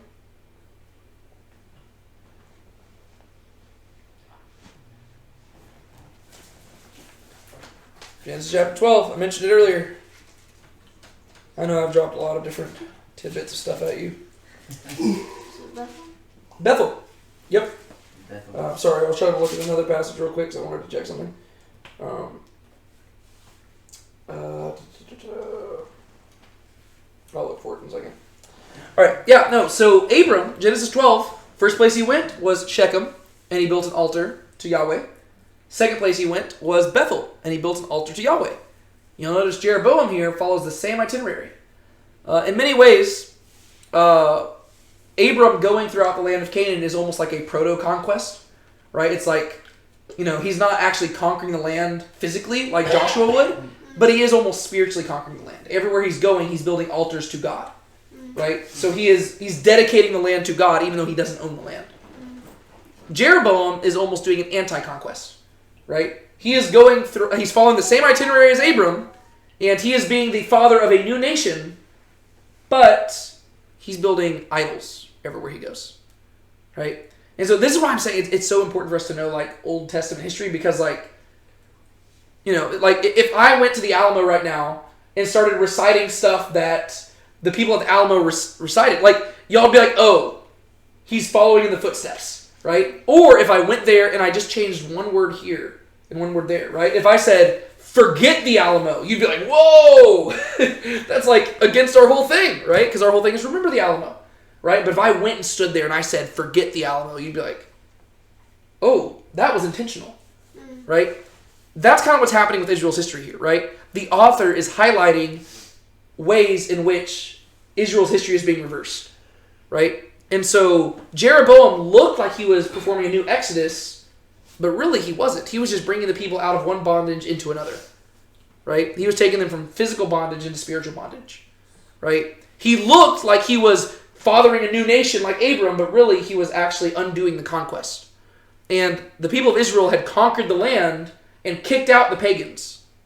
Well, now Jeroboam has turned Israel into pagans. And you have to realize that what is the thing that made Israel Israel? God made them set apart. Well, yeah, but what makes them set apart? Those are God's chosen people. The God's chosen people, right? Worshiping Yahweh. Yahweh is the thing that makes Israel Israel. Without Yahweh, Israel ceases to be Israel. And so they might be going by the name of Israel, but they're not really Israel, right? At the same time, God's not going to abandon his promises to them, right? All because they've abandoned him, he's not going to abandon them, right? So let's walk through this real quick, and then we'll wrap it up. So Jeroboam built Shechem in the hill country of Ephraim and lived there. Whenever it says he built Shechem, does it mean he built it from nothing? No, how do we know that? Because Shechem was already a city. Well, yeah, because we've been reading about Shechem since Genesis, Yeah. right? So what does it mean when it says he built Shechem?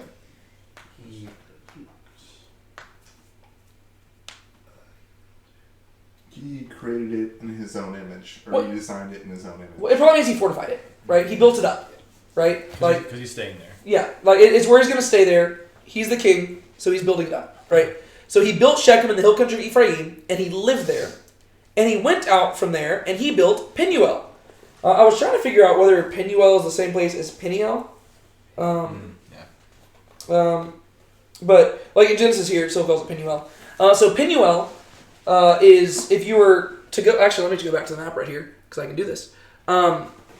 So right here is Shechem, right here, right? If you go across the Jordan River to this river right here, which you see, which is called the Jabbok River, and then just north of it is Sukkot, right? Well, right in the Sukkot area is Penuel, which we read about in Genesis chapter 32. Do you remember that story? Do you remember what Penuel means? It comes from two words, Pan and El. What does El mean? God, right? Pan.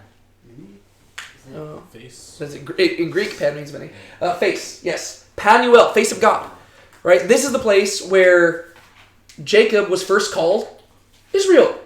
Because this is the place where Jacob wrestled with God. Right? Remember whenever Jacob was going to meet up with Esau? And he was scared. And so he put his family on one side. And then he went across the river and he went up on a hill. And he was going to spend the night there. And then in the middle of the night, a guy came and wrestled with him. And eventually the guy wrestled so much that he said, dude, just submit to me. And Jacob said, I'm not going to submit until you bless me. And so the guy pops his hip out of socket. And he says, your name is no longer going to be called Jacob, but you will be called Israel. Because you have prevailed with God. Right? And he was summarizing Israel's entire story. Right? I don't think it's a surprise that the author brings up that story here. Because Jeroboam is being a Jacob. Right? Here, he's this guy who has been promised all these things by God, yet he's wrestling against God. Right? That's the crazy thing about Jacob when you read about him in Genesis. Right? God is constantly giving things to Jacob. Right? Jacob is he's just nothing. Right? He's just a trickster and a deceiver the whole time. Yet God chases after him and gives him all these things. Same thing with Jeroboam here. Right? Because Jeroboam was given this promise. And God said, I'm going to give you this kingdom. And if you're faithful to me, your dynasty will last forever. Jeroboam's not going to do it though. Right? So he goes and he lives in Shechem. And he goes and he builds up Penuel, the very place where Jacob wrestled with God, where Jacob received the name Israel. I imagine that's probably why he built up the place. Because they are the northern kingdom of Israel. He's probably commemorating the place where Israel became Israel. If only he had learned the lesson that Jacob was supposed to learn there. And Jeroboam said in his heart, now the kingdom will return to the house of David. What is he afraid of? People will go back up into Israel. Well, yeah, he's afraid that people are going to go down to Judah, right? He's afraid that they're going to return to David. He thinks that his kingdom might not last, right? Which is ironic because the only reason he has a kingdom is because God is faithful to his word. And so if he was logically being consistent, he would realize, oh wow, God gave me this kingdom, and God told me if I was faithful to him, I'd keep the kingdom. But he's not thinking rationally. It turns out he's thinking a lot like Rehoboam, right? Now that the crown's on his head, the power's going to his head. And he says, okay, I've got the power. I'm the one who gave myself this power. I've got to make myself keep it. Which is ironic because he didn't really do anything. The people were the ones who put the crown on his head.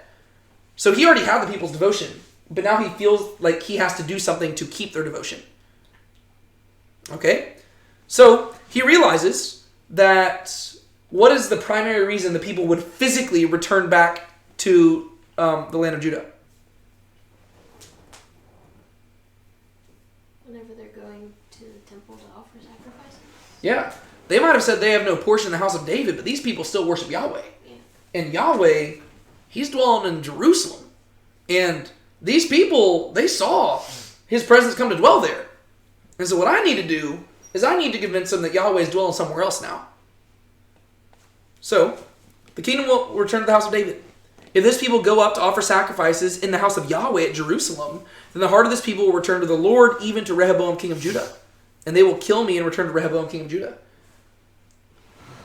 He doesn't seem to think that his kingdom stands on very firm ground. Right?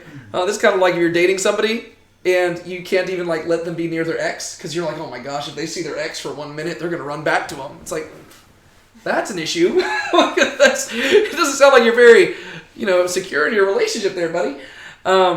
He's afraid if they just go back, they'll want to return. Why? I don't know. Maybe he's just paranoid. Maybe the temple was just that amazing.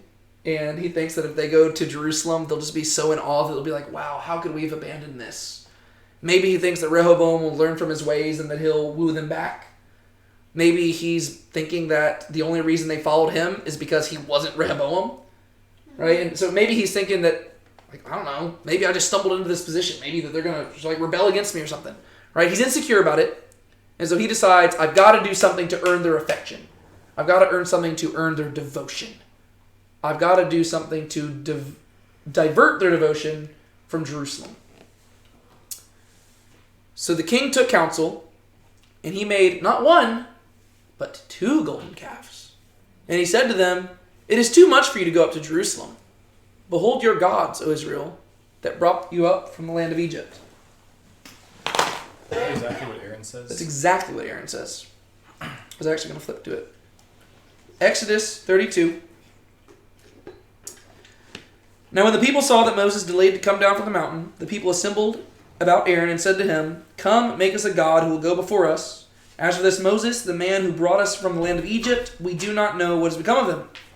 Aaron said to them, tear off the gold rings, which are in your ears of your wives, your sons, and your daughters, and bring them to me. Then all the people tore off the gold rings which were in their ears and brought them to Aaron. He took this from their hand and fashioned it with a graving tool and made it into a molten calf. And they said, this is your God, O Israel, who brought you up from the land of Egypt. That's what I'm saying. Study the Old Testament. It's good. The author is clearly referencing back to this. Right? And this is something that if you knew the story of the people of Israel, this would be a red flag to you. Because you're like, whoa, whoa, whoa, this did not end up well for the people of Israel back then. But unfortunately, there's not going to be a Moses who shows up and shatters the calves. That's the tragic part of the story. Aaron ended up being forgiven, and he became the high priest of Israel. But that's only because Moses interceded for the people up on the mountain. There's nobody to intercede here. Right? Rehoboam is where the metaphorical Mount Sinai's at, and Rehoboam's too focused on himself. He's not going to intercede on these people, and he probably wouldn't if he was asked to. Right? Jeroboam is functioning like Aaron, and there's nobody to fix the problem. So he makes 2 golden calves. And once again, the reason they would do this is not it's because the cultures around them would have statues like this. Right? People are not good at worshiping that which they can't see. The cool thing is that in Jerusalem, there was a physical temple where God's presence had physically come to dwell. And so in many ways, you could see where God was at. Well, he doesn't want them to go down there. And so what he does is he creates golden calves. And you notice what he's doing. He's not telling them that it's a different God. Right? How does he describe the gods? The ones that brought him out of Egypt. These are the gods that took you out of Egypt. Right? He's like, this is the same God. Right? This is Yahweh. Right? There it is. Right? Yahweh, he's much more complex than you can imagine. Yes, he's in this calf and in this calf at the same time. Yeah, it can work that way. Right? He's saying, this is Yahweh. So this isn't really breaking the first commandment as much as it is the second one. Right? The first commandment is you shall have no other God before me. Right? The second commandment is you shall make no graven image. That's what he's doing. Right? He is trying to confine Yahweh to a golden calf. Which, in doing that, you are actually abandoning Yahweh altogether because God can't be confined to that, right? You really can't, he's breaking the second commandment more overtly, but really you can't break the second commandment without also breaking the first one, right? And really all the commandments kind of go together, right? I mean, you can't murder somebody without in some way putting some God before Yahweh, right? And so he takes counsel, and apparently his counselors aren't any better than Rehoboam's. And he makes golden calves, which is funny. You shouldn't even need counsel for this, right? Yahweh is the one who gave you the crown. But he doesn't know what to do. So he makes golden calves. He says, behold your gods, O Israel, that brought you out of the land of Egypt. And he set one in Bethel, and one he put in Dan. So, why do you think it chooses Dan there? So Dan is the northernmost city in Israel. Why do you think he chooses Dan?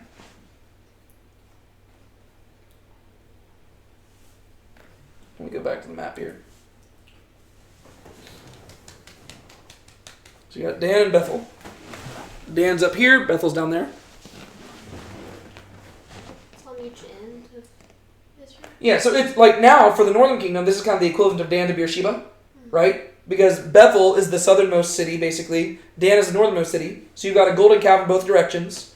So this just economically makes sense, right? If the people are going to be traveling, they've got 2 to choose from. If they're more further north, they can travel to Dan. If they're further south, they can travel to Bethel, right? That works. But also, there's theological reasons for this, right? Once again, I'll remind you that Bethel is the place where Abram made his second altar to Yahweh, right? Bethel is also the place where Jacob had his first dream.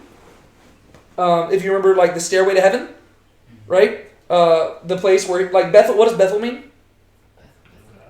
House of God, right? He says, surely this place is the house of God because he saw the stairway to heaven. So there's this religious connection between Bethel and the place where God dwells, right? And so you could argue, oh yeah, Jerusalem, forget Jerusalem. This is where Jacob declared the house of God, right? You can see how I'd argue that. And then Dan, if you go back to the book of Judges, you'll remember that Dan, it's named after the tribe of Dan, but the tribe of Dan's down here. So why is the city Dan in north called Dan?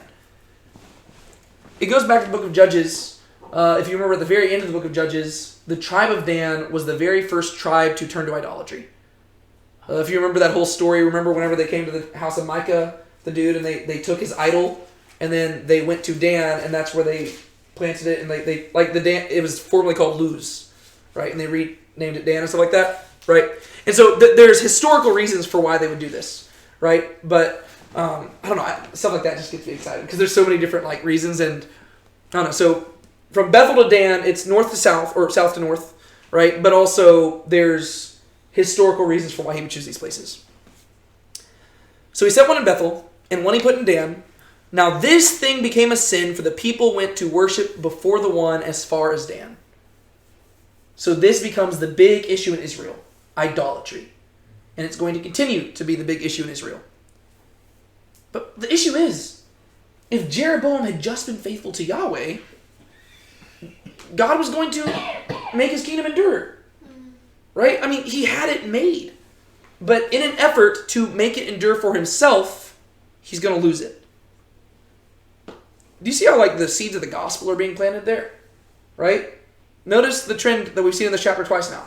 Rehoboam tries to bring about his own salvation, and what ends up happening? He loses his kingdom. Right? He tries to assert his power, he loses power. Right? Jeroboam tries to assert his power and keep his power, and as a result, he's going to lose it. Right? Those who seek their lives will lose it, and those who lose their lives for my sake will find it. Right? This is the paradox of the gospel. Right? The only way that you can truly attain salvation is by realizing that you can't do it yourself. Right? If Rehoboam had been faithful to God, his kingdom would have endured. If Jeroboam would have been faithful to God, his kingdom would have endured. Instead, they both turned from God, and Jeroboam's kingdom is going to be given to somebody else. Rehoboam's kingdom is going to endure, but that's only because David was faithful. Right? Through all of this, God's being faithful. So this thing became a sin, for the people went to worship before the one as far as Dan, and he made houses on the high places and made priests from among all the people who were not of the sons of Levi. So he even creates his own priesthood. Right? This guy is just totally abandoning the law. Right? He says, all right, here's golden calves, you can go worship them, and if that isn't enough, let's plant high places, right? So the golden calves are supposed to represent Yahweh, but the high places are for the other pagan gods. Right? Oh, here you go here to worship Baal, here to worship Ashtaroth, do all that stuff. And you know what? That whole Levite thing is so antiquated. Why can't we all be priests? Right? Who's to tell you can't have that position? Right? So he creates his own priesthood. And Jeroboam made a feast in the 8th month on the 15th day of the month, like the feast which is in Judah. What is the feast in Judah during that time?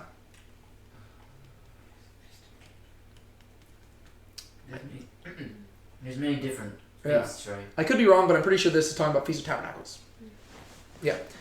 So he makes one like the Feast of Tabernacles, but it's not the Feast of Tabernacles. What he's trying to do is just trying to replace their religion. Right? Because he realizes they might not be devoted to David anymore, but they're still devoted to Yahweh. So he says, let me just distract them. Right? Let's create new religious spots, and let's create a new priesthood, and let's put high places here, and let's give them a new feast, right? So that they don't feel like they're missing out. Right? It's let's distract them. And he went up to the altar. Thus he did in Bethel to sacrifice to the calves which he had made. Right? So even he begins to sacrifice to them, probably as a show. Right? See, I'm worshiping them. You don't see God smiting me down. It's okay, right? God, like, you can see how he'd probably even argue this, right? God told me I would be king over this.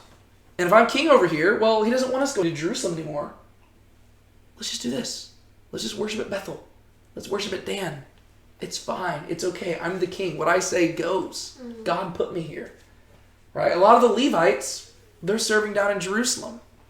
Guess we need new priests now. Ironically, if they had just gone down to Jerusalem, you could see how that would have been the path back to unity. But he doesn't want unity. Right? He wants his kingdom to be his kingdom. And he had the priests of the high places which he had made stand in Bethel. Then he went up to the altar which he had made in Bethel on the 15th day in the 8th month, even in the month which he had devised in his own heart. In his own heart. That seems to call back almost to the book of Judges. Everybody did what was right in his own eyes. And it's almost kind of like a almost bastardization, I would say, of the man after God's own heart. Yeah. It's almost like you're blending those two together to where now this guy's just doing what's right in his own heart. He's like, I'm just going to make a religious feast whenever I want. As if he's the one in charge of all this stuff. Not only has God made him king, but he has made himself God. Right? God made a king, and the king made himself into a God. And he made a feast for the sons of Israel and went up to the altar to burn incense. He's sacrificing to gods that he knows are not gods. He had the statues made, yet he has the audacity to call them the gods who took him out of Egypt. He's giving credit to something which he knows did not do those things. And it's all because he wants to hold on to the thing which he did not attain for himself. It's really just lunacy, if you think about it. Because, like, the God who gave him the kingdom is the one that he's rejecting. And he's giving credit to something that he knows did nothing.